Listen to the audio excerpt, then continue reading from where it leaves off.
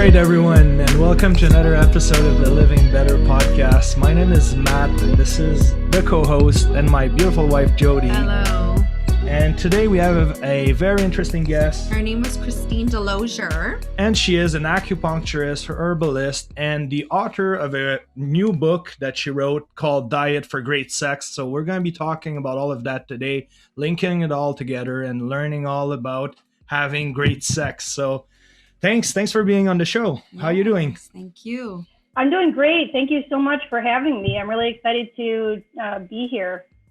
Yes, that's amazing. So let's dive right into it, and let's. How about you introduce yourself and explain to our viewers about your journey and what made you be who you are today? Sure. My name is Christine Delozier. I'm a licensed acupuncturist specializing in sexual health. And I recently published a book called Diet for Great Sex, Food for Male and Female Sexual Health. So a number of years ago, I decided to specialize in sexual health. And it wasn't necessarily something that I had originally intended when I pursued acupuncture. But one day, a patient came into my office and he asked me if I could help him to have stronger erections. And I said, well, you know what, I'll give it a shot. I treat back pain all the time. I treat neck pain. And that's what I'm used to treating, but we'll give it a shot. There are plenty of acupuncture points on the body that are associated with such sexual function. So acupuncture operates on the nervous system. And so there are points such as in the perineum where nerves converge, and a lot of the nerves associated with sexual function cross at that point. So we do points there and we do some points elsewhere. And the patients of mine got such good results. I was so impressed. And I thought, wow, this is something that's really difficult to treat. And he was so excited. He reported that he and his wife had a major improvement in their sex life. And so I started treating other patients and saw that a lot of other patients were getting great results too. So I decided to specialize in it. Wow. But one of my passions is diet. So I always work with my patients to incorporate diet into their treatment goals, to support what we're doing with acupuncture. And I also trained as a research scientist, early in my education.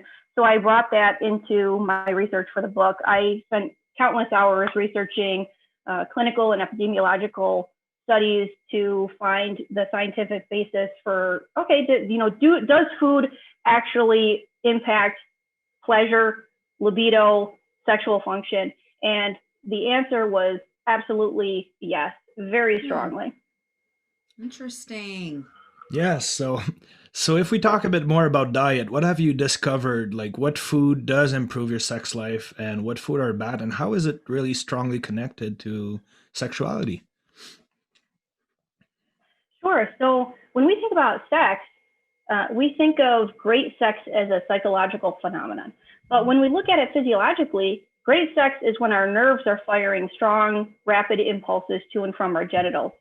It's when we're getting adequate blood flow, and it's when our sex hormones are balanced. So when we have optimal testosterone, for example, we have optimal libido. And most people know that blood flow is important for male sexual function, obviously, but most of us don't realize that it's equally important for female sexual function, arousal, and pleasure. So when females have better blood flow, they report more sexual satisfaction. Yeah. Absolutely. And food very much affects this trifecta of great sex. Great. So what we eat has both a short-term and a long-term effect on our vascular function and on our hormones. So for example, in research, they've shown that eating a high sugar meal actually sharply drops testosterone afterwards. Mm-hmm. So if you're looking to have a romantic date night with your partner, the last thing you want to do is eat a high salt meal. On the other hand, another study showed, for example, that eating one single serving of spinach actually boosted nitric oxide, and we'll talk about that, by tenfold when they tested it in the saliva. And nitric oxide dilates blood vessels. It brings more blood flow to the genitals, and it makes them more elastic. So it makes them able to deliver on command, if you will. So we can eat for a great sex night, and we can also eat for a long-term, sexual health. Okay. That is so interesting. I had no. Yeah. So how is the nerve really affecting your blood flow and your sexuality? How is it all linked together for people to have a deeper understanding? So we're just scratching the surface, but let's dig a little deeper and explain it in depth for people, for the audience. Yeah. Sure. So lots of studies have been done on nerve conduction strength and speed. And what they found is that the slower our nerves fire and the more sluggish they are, the weaker the signals, the less sexual pleasure we experience. So when your partner touches you, you want a very strong impulse that's going to send that pleasure message to your brain and back again. And then your body responds with an arousal response. It responds either with an erection or it responds with lubrication and blood flow.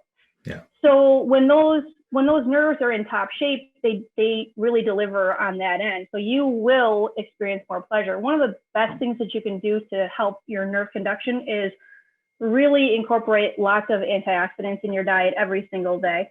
And generally when we talk about antioxidants, we're talking about lots of fresh fruits and vegetables. There's some superstars with antioxidants like spinach, like mushrooms, like berries. They're just loaded with antioxidants.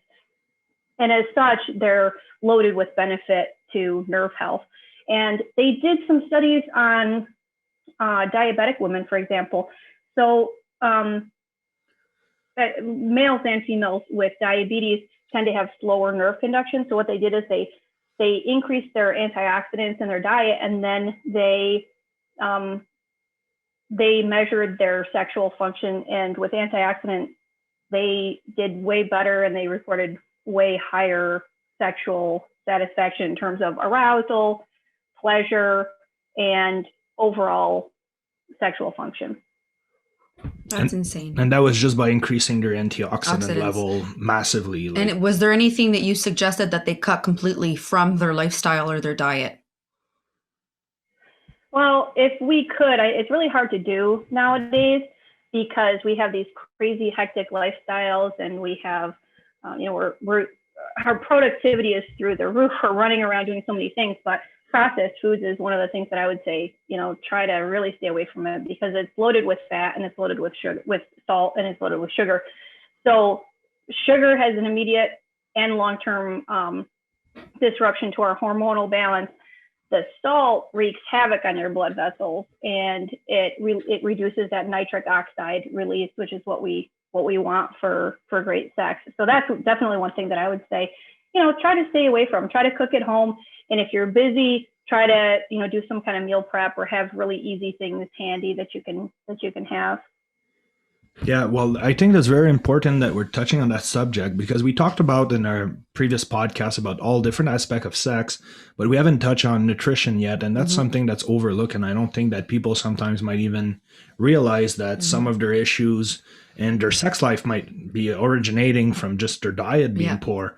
Yeah. And I think that's really great that you wrote a book. And in your book, what are you touching in terms of various aspects? So are you really going in depth? Because, if you could explain a little bit how your book has been written. Sure. So the first part of the book, I wrote it with the science in mind, the science of great sex. Okay. And that's where I really dove in deep with a lot of the scientific research, but I really wanted to make it conversational. So it's very easy to read. It's a little bit irreverent. It's got some, funny stories in it and stuff.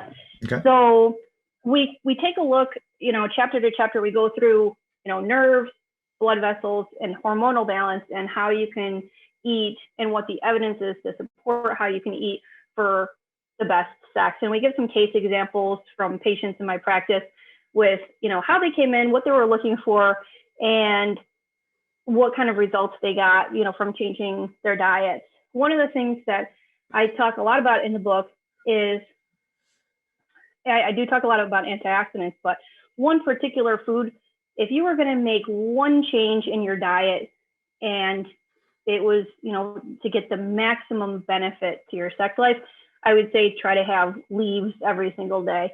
Okay. So if we look at other primates, they sit around eating leaves all day long. They eat leaves and they eat berries. They eat some insects as well. But most of their diet is leaves and fruit. And so the amount of fiber that they get in their diet is many times ours. The amount of magnesium and calcium and minerals is much more than we get. And leaves affect that entire trifecta of great sex. They help balance sex hormones. So leaves contain many substances in them which reduce cortisol, which cortisol can sabotage your testosterone levels.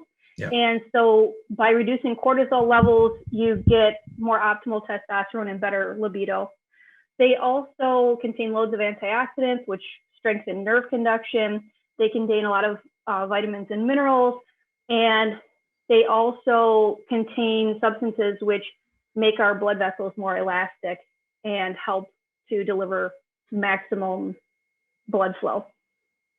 Okay, so if we talk about your life a little bit, how you became like how you jumped on that journey. So did you start with acupuncture and then you dived later on into nutrition, or how like what's your background a little bit that led you to this, to writing this book and discovering all of that? So I've been obsessed with diet and nutrition my whole life.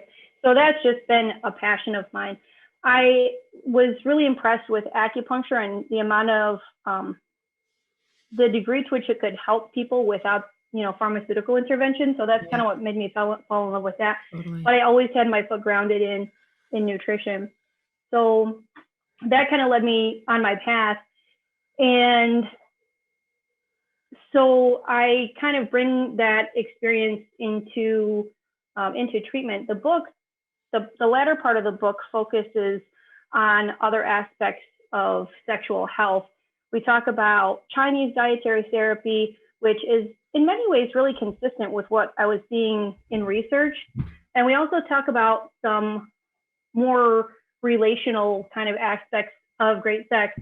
In Chinese medicine, the mind it's not considered a separate branch of study from the body. The mind and the body are considered one. And when you treat one, you treat the other. Mm-hmm. So we talk a lot about some of those emotional and relationship issues. I actually was a counselor for 10 years before I changed careers and went into acupuncture. So, okay. My counselor mind was a little bit there as well.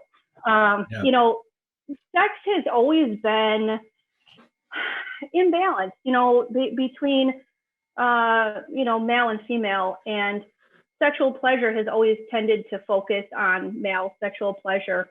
And so there's a couple of chapters talking about bringing equality into the bedroom, bringing kindness into the bedroom, and learning how to please our partner because we view our partner as an equal. Mm-hmm. And so in doing that, some of us know we haven't got any game in the bedroom. Some of us think we got game and we really don't. Yeah. But there's one chapter that focuses on just pure technique. If you really want to be a better lover and really take the time to get to know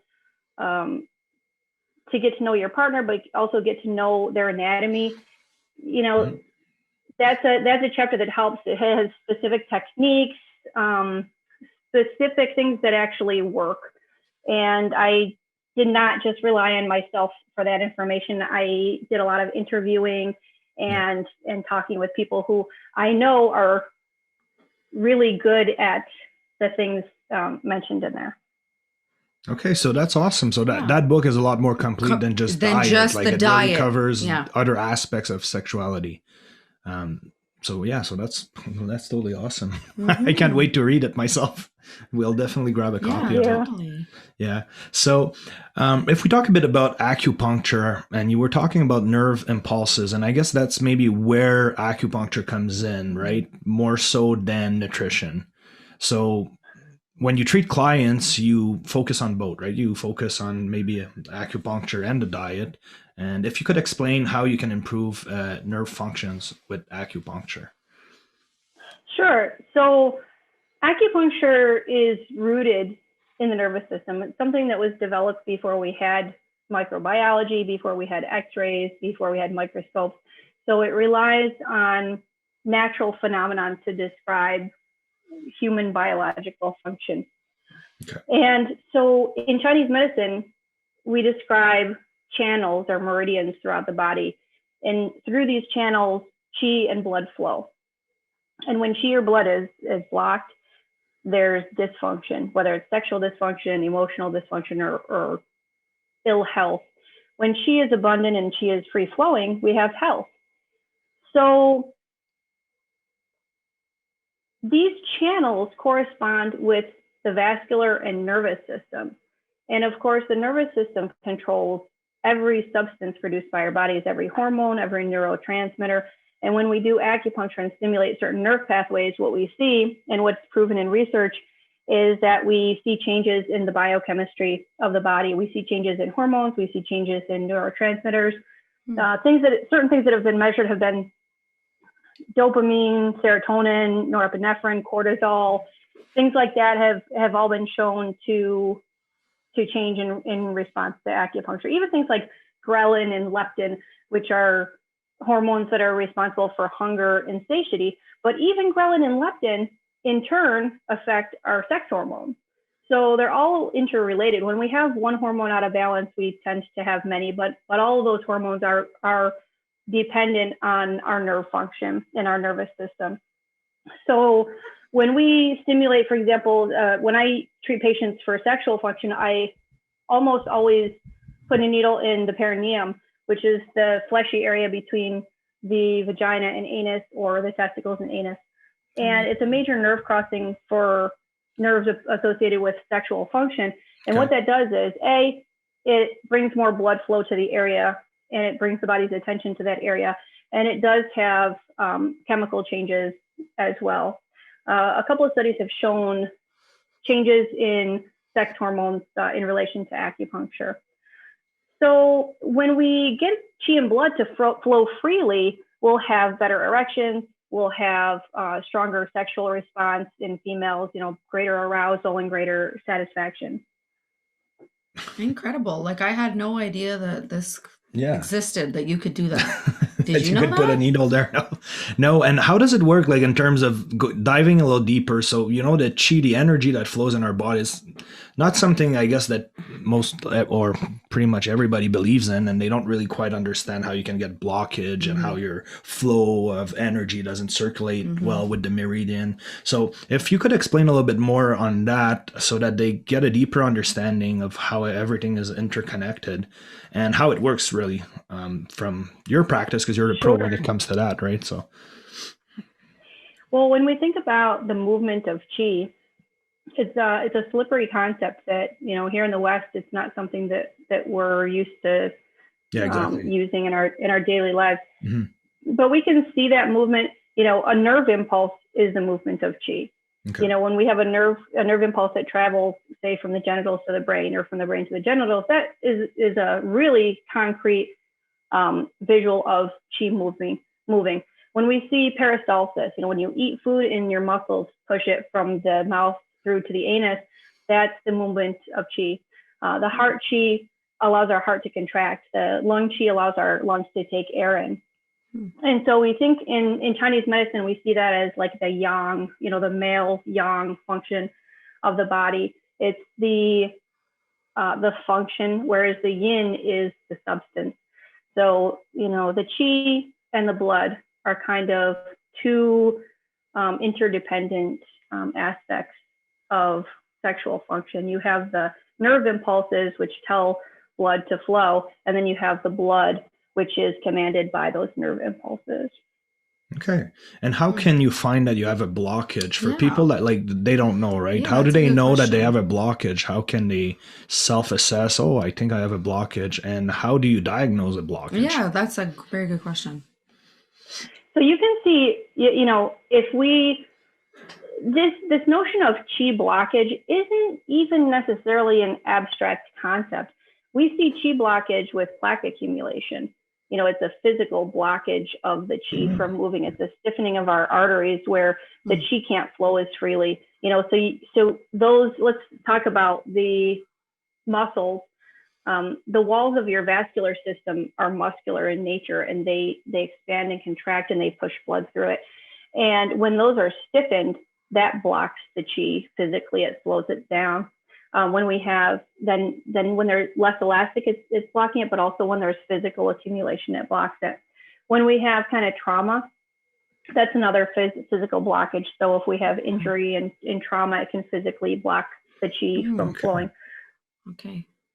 So basically, And the that's chi kind of is extreme, just, but it's how everything works in your body. So it's just a concept to generalize the fact that your body spends energy, like burns and gets energy. And when it doesn't do that properly, even all the way up to mentally, when there's a blockage, everything else starts falling apart somewhere. And that's how you'll feel either run down, weaker erections, you're just having, everything. Tired, not, whatever. So how does acupuncture affects that? Like, what do you do with the needle specifically? when we put a needle in the body, we're stimulating a certain nerve pathway. Okay. If you look at it from a biomedical lens, we stimulate a nerve pathway that directs the body's attention to it. When we think about it traditionally, we're moving chi along that pathway and thereby freeing up the flow of chi. When you think about something like your spinal cord, so your spinal cord is the kind of root from which all of your nerves emerge, which affect, blood flow and everything. And so when we don't have enough flow of chi and blood, we might see things like spinal stenosis or degeneration of the spine. It's not being nourished properly with chi and blood, and that can cause some of those blockages.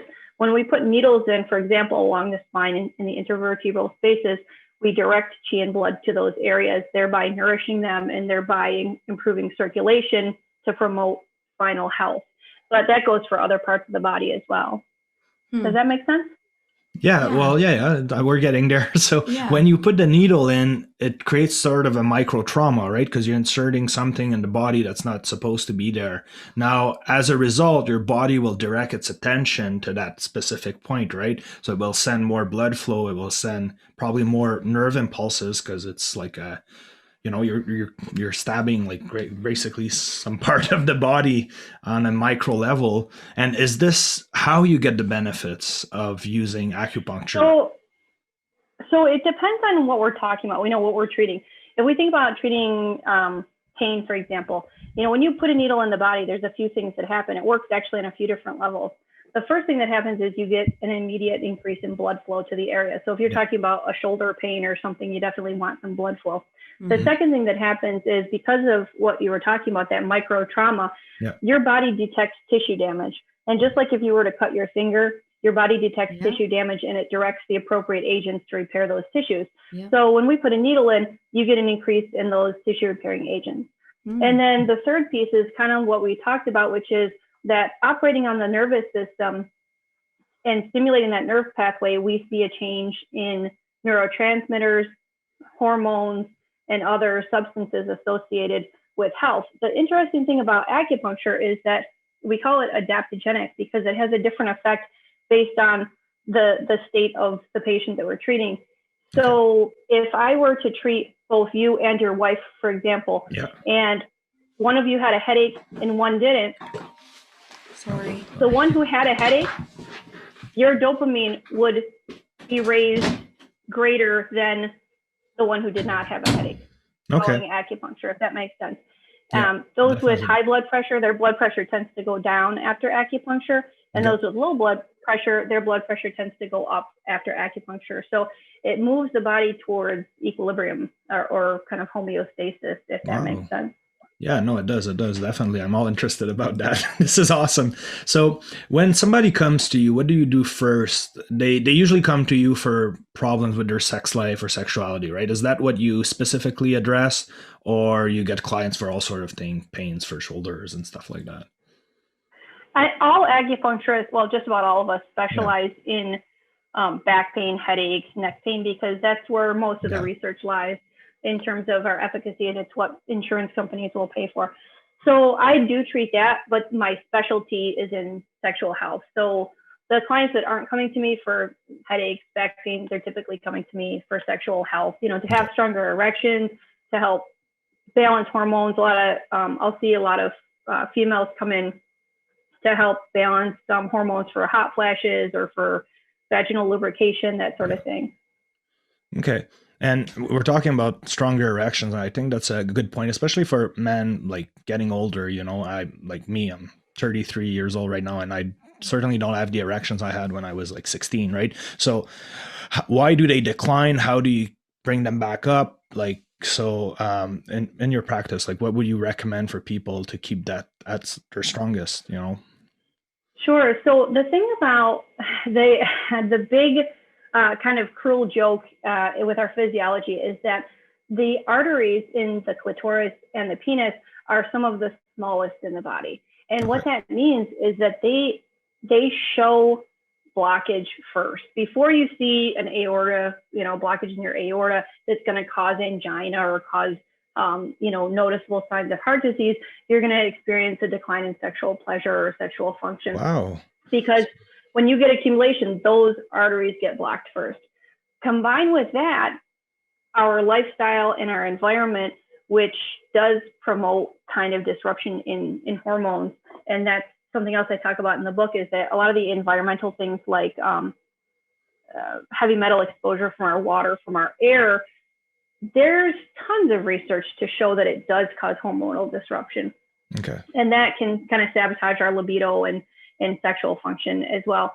How we can promote it, that's what the whole book talks about, is how do you help stay above all of those other things that are kind of pushing us towards sexual decline. How do we stay at our strongest sexually, and to have the best sex life?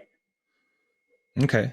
So, well, if you could give us a few tips, because I always like to bring some tips to the audience, that a lot of them listen to this podcast because they bring something back with them and then they dive deeper in the subject that interests them. So basically the tips that you would give to anybody who's looking at improving their sex life today, male or female, where would they start? What should they do? I would say if you want to, it depends on how grand we want to change, but to start simple, try to have a big salad every day for lunch, or at least most days. We don't want to take all the enjoyment out of food. If you're on the weekends, you're out with your friends, enjoy a nice meal. But maybe during the week, when it's work week, you try to every single day have a big leafy green salad with some cruciferous in there, and then have a potassium-rich side dish like either mango or oranges or banana, or a baked yam or a baked potato with the skin on, because about 40% of the minerals is in the skin. Most of us don't get enough potassium, and that's a big one for our blood vessels. Okay. Human beings used to get about 10 times as much potassium in our diets as we did sodium. Now it's reversed. It's about 10 times as much sodium as There's potassium. sodium everywhere. It's crazy. And it is not good for sex, I'll tell you. So if we can bring some of that potassium in, it actually helps offset some of that effect on the blood vessels of the soul. So that's a really great start. Have a salad, have a potassium-rich food with it. You can, if you want to get even bigger, we can talk about a lot of the other nutrients that help our blood vessels, our nerves, and our hormones. Like mushrooms are a great choice. Cruciferous is a great choice for a lot of reasons. They're anti-inflammatory, and they have some other benefits as well. Yeah. Okay. Getting enough fiber, but in general, fruit, lots of fresh fruits and vegetables. Of course, that's what we hear. We're kind of assaulted with that dietary message: eat more fruits and vegetables. But when we look at sex, we're saying the same thing. Yep. It does work. Okay. So, if they incorporate that, obviously exercise plays a big role too, right? For blood flow, having a good heart and doing some physical activity, not being too sedentary. Because do you think you can just overturn all of that with just diet itself, or you have to incorporate exercise as well? Well, I think the best approach would be both, for sure. Yeah, for sure. Yeah. Diet goes a long way. It does. But exercise really brings a lot of benefit. I mean, they've even had studies showing that 20 minutes post-exercise, this study was with females, they're more receptive to arousal, so their bodies will respond with greater arousal with sexual stimulation 20 minutes post-exercise. So that's an immediate benefit for exercise. Okay. Of course, in the long run, you get heart benefits, so you get, all that other good stuff with it. Okay. And you're an herbalist as well. So what does an herbalist do? I didn't like if you could expand on that. I'm curious. Sure. An herbalist, so basically, in my master's program in acupuncture, we had the option to get a master's in acupuncture or a dual master's in acupuncture and Chinese herbal medicine. Okay. So that's what I did. I know a lot about herbs. It's not, I would say, the strongest thing that I focus on in my practice, just because my kind of passions have focused more on diet and nutrition. But there are herbs that are associated with that do show benefit to sexual function. And in Chinese, traditional Chinese medicine, our training includes, just learning about, 400 or 500 herbs and what they're, what we call their thermal nature and how they act on the body, which organ systems they operate on, and the effect that they have on the qi and blood in the body. So some conditions, of course, respond better to herbal medicine, while others respond better to acupuncture. But again, I focus more of my practice on acupuncture and nutrition. Okay, and if we talk about herbs, like we love to drink tea. That's actually what we're drinking right now. So is there specific herbs, a specific type of teas that could improve your sex life if you would be to focus on maybe a few different teas, or more specifically so? Sure. Yeah, there are plenty of herbs that actually do have some research to support their efficacy. And I've talked about them in the book as well. Okay. One of them is, horny goatweed is a traditional Chinese herb that actually showed, some efficacy. And there were some other ones that are, on the more dangerous side, like Spanish fly. It's got a long history of really interesting historical use, and also lots of death, Oh, so, my God. But then there are some other safer things. Now, the culinary aphrodisiacs are pretty interesting because their effect may be subtle, but there's actually some research to support it, like saffron. So Cleopatra used to use a half a cup of saffron, which I don't know if you know anything about saffron, but that's a lot of saffron. That would be worth so much money. I get a little packet of saffron, and it costs, $15 for a little tiny packet of it, because it's the stamen of the crocus plant. Okay. And it has tons of research to show that it does improve sexual function, improves libido. People have more sex when they are taking or eating saffron, and it makes it a delicious addition to things like rice and things like that. Another thing was cloves, which were shown in research to actually improve sexual function and arousal within an hour of eating them, which was also interesting. Wow. But there's tons of them. There's tons of Chinese herbs, and there's tons of culinary aphrodisiacs that have, again, more of a subtle effect. Some of the ones that are stronger, the problem with them is that their safe dosage and their effective dose, there's too close of a margin, so taking it safely, might not give you any results. Taking it effectively might be dangerous. So in general, that's a little bit more risky, and you'd probably want to work with an herbalist who knows about the side effects and the proper dosage for you. Yeah, so you don't want to dive into it without any knowledge. So right. That's where you step in. But that's great. Okay, so your book touches on that too. So you really incorporated in there pretty much all your life experience, what you saw in the field, what you've learned through research, and at school too, right? Probably. What is your biggest success story, without naming any patient? Like, what were you able to do with, let's say, person X that really blew your mind, maybe? And maybe another one or another story would be a failure. So if biggest success, biggest failure, what you're... Sure. So, I'll start with the failure, because, that's easy. A patient comes in, they come in for a few treatments, and they don't get any results. They don't really have any change in erections. And of course, the more severe cases and the more long-standing cases, the harder it is to treat. So I do have patients who come in who, didn't get any benefit. And usually that's, patients with your more severe cardiovascular issues, and they come in and they're not, having any erections in the morning. They haven't had an erection maybe in a very long time. The cases which tend to respond the best are cases kind of like on the border, on the marginal, or maybe they're experiencing a decline but they still have, their blood vessels aren't completely occluded. So one patient, for example, he came in with premature ejaculation and erectile dysfunction, and he experiences much stronger erections, stronger ejaculate, and his premature ejaculation was completely disappeared and has not returned since he started treatment as well. Amazing. So you definitely recommend that this treatment is continuous probably for the rest of their life, right? Honestly, it depends. I mean, this is the thing. Life kind of causes blockage. Our diets cause blockage, our lifestyle causes blockage. So we can kind of unblock things. The more we support what we're doing with acupuncture with lifestyle, the more we can kind of stay blockage free, if that makes sense. Yeah. There are even foods that you can eat that actually do reduce plaque accumulation, and those are leafy greens. Those have been studied, and heart disease and plaque accumulation was once thought of as something that was progressive and irreversible. So the discovery through research that drastically reducing fat and really loading up on leafy greens, that it actually could reduce the amount of plaque accumulation, was a huge medical discovery. For sure. So just spinach in general is pretty much a really good one, right? Yeah. Spinach salad.